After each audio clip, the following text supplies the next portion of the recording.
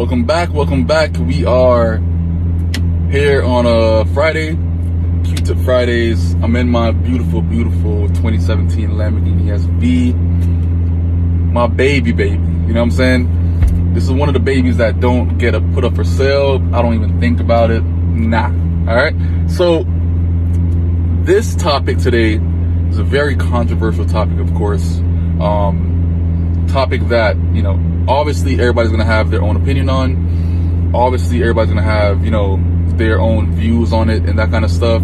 Hey, by all means, it's all good. Whatever works for you, you know what I'm saying? But like I always say, make sure you have an opinion, but also be able to back up that opinion and don't just be talking just to fucking talk, you know what I'm saying? Like, if you say that this works and that works, make sure that you're fucking taking full advantage of it and actually making it work for you. You know what I'm saying? So, yeah, today's topic is called big trading accounts versus small trading accounts. Like, what are my thoughts on it? What are my viewpoints? How I actually look about about both of those type of accounts. Very different, you know what I'm saying? Very different mindsets overall, very different strategies that is needed to actually grow both accounts. Very different, let's say, where are you in life to even like grow it in some kind of way, you know what I'm saying? Like, I feel like all those viewpoints matter, all those points matter when it comes to those two types of accounts. Okay, so when it comes to a small account, I feel like you have to apply a lot more skills. Definitely a lot more skill is involved to grow a small account than a big account, in a sense, because with a small account, you have smaller capital, you have smaller room for error, you have smaller leverage, like your margin is smaller, everything's just smaller, and you got to pretty much make that shit fucking work.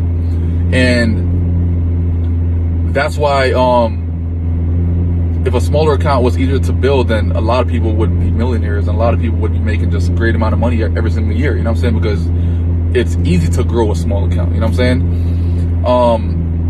I feel like it's a lot easier to grow a big account because the big account, you could put in, let's say like one order and just make it fluctuate, have a sloppy entry, sloppy this, sloppy that, not really care about the drawdown. Like, you care less when it comes to a big account, you know what I'm saying? As far as like, if you were trying to swing trade and that kind of thing. If you're trying to trade as aggressively like how you would a small account, as far as like, let's say, putting more on the line, more risk, more aggressiveness when it comes to a big account, like how you would a small account, since it's smaller capital, your hits are going to be bigger on a big account if you're using the same kind of mindset like how you was when it comes to the small account.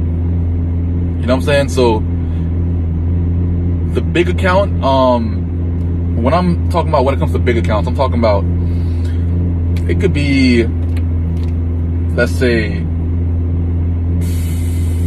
10,000, 20,000, 30,000, 100,000. All those I'll consider as big accounts, especially like when it comes to 50K plus. Making 2%, 5% a month, that's nothing. You know what I'm saying? Like, that's easy with those kind of accounts, because you can literally just trade on like an H4 time frame and just pretty much like let shit fluctuate. Don't really care about drawdown, and just, eventually go on profit based on your analysis, but it's not going to be as precise and skill driven like how it comes to a small account. A small account, everything has to be on point. As far as your entries, you got to pretty much make sure they're precise to the point that you see minimum drawdown, but you're able to pretty much take advantage of your leverage and know how to actually scale that account to the point that you can make, a couple hundred here, a couple hundred here, a couple thousand here, a couple thousand there, based on how you trade and based on your skill set level. You know what I'm saying? Like, when it comes to a big account,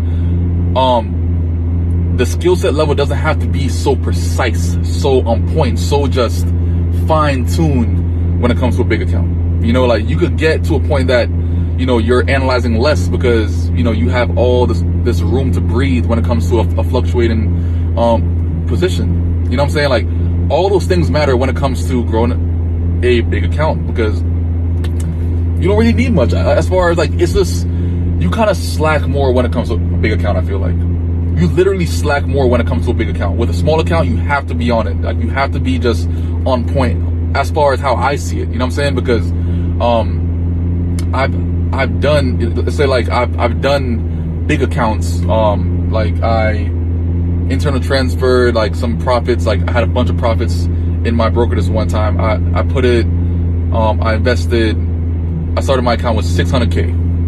I grew that to 1.8 mil, and then I lost 300,000. Like, what the fuck?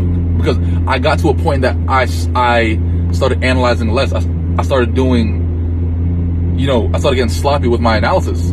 Yes, it still went from 600,000 to 1.8 million, but then how could I make myself lose 300,000? I just got sloppy with it. I just started caring about my level of precision a lot less because it was a big account. It was like an account that had so much room to fluctuate that I just like to stop being as disciplined. You know what I'm saying? I've done small accounts with like I did what, $1,000 to 74,000, $1,500 to like 50,000. And those accounts take discipline, it takes precision, it takes all these things because you're not working with much. You know what I'm saying? And what you have to work with, you got to make sure that shit is working the best possible way that it's effective to actually grow the account. You know what I'm saying?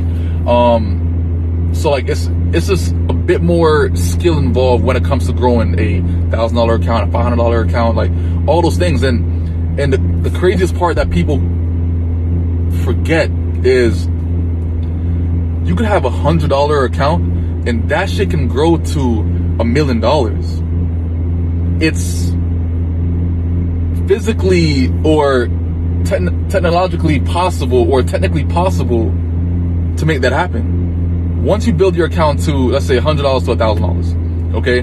Obviously, it's going to take you longer to actually build it to that amount based on the amount of leverage and based on the amount of margin that you have inside the account, and you can't really flex the account like how you want to because it's only $100.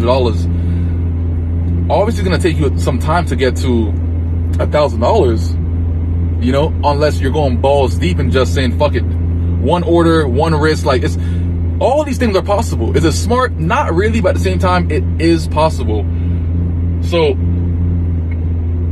think about it. If I said that I did $1,000 to 74,000 in a week, all right? Imagine if a person did $100 to $1,000, then they have all rights to still do the $1,000, or they have the possibility to still do the $1,000 to the 74,000, like how I did. So it's kind of like if I grew $100 to $1,000 and then $1,000 to 74,000.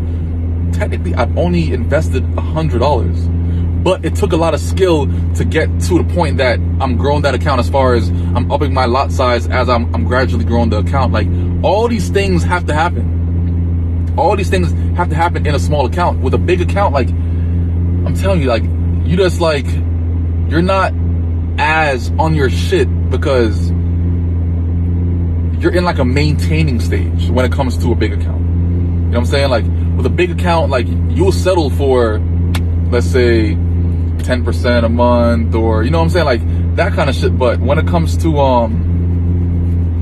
growing an account, you're in the growing stage. You can't risk, or you can't fuck up as much like how you could on a big account. So like, before you even like start your journey, that kind of shit, like, understand where you are in your journey. Are you at a point that you're in your growing stage, or are you at a point that you're in your maintaining stage? You know what I'm saying? Like, those two things matter. Are you in your growing stage, or are you in your maintaining stage? Which means that if you're in your growing stage, you're not going to be able to actually, you know, you're not going to want to risk as much per trade, or, you know, you're not going to risk losing this amount of profits or that amount of profits. Like, that's why, like, a lot of times, like, when people get to a point that they tell me that they're trying to grow their account, but they're risking like a certain percentage and that kind of stuff. Like, it's kind of hard to actually get to a point that you're getting into that maintaining stage, which means that when you're in that maintaining stage, you're just, you know, you're making some profits here, profits there, but you're not like so aggressively trying to grow that account. You know what I'm saying? Like, you're not like at a point that if you lose 10% 10, 20% of the account, like you're gonna fucking go crazy as hell. When it comes to the maintaining stage, you a lot of times will risk 10%, 15%, 20%. Like I've done that. You know what I'm saying? Like if I have a $100,000 account, I'm risking. I'll be so down to risk $15,000, which is 15%. At times.